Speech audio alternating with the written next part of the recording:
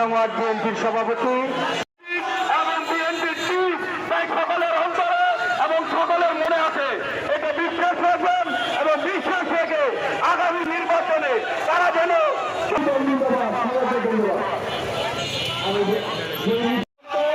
এবং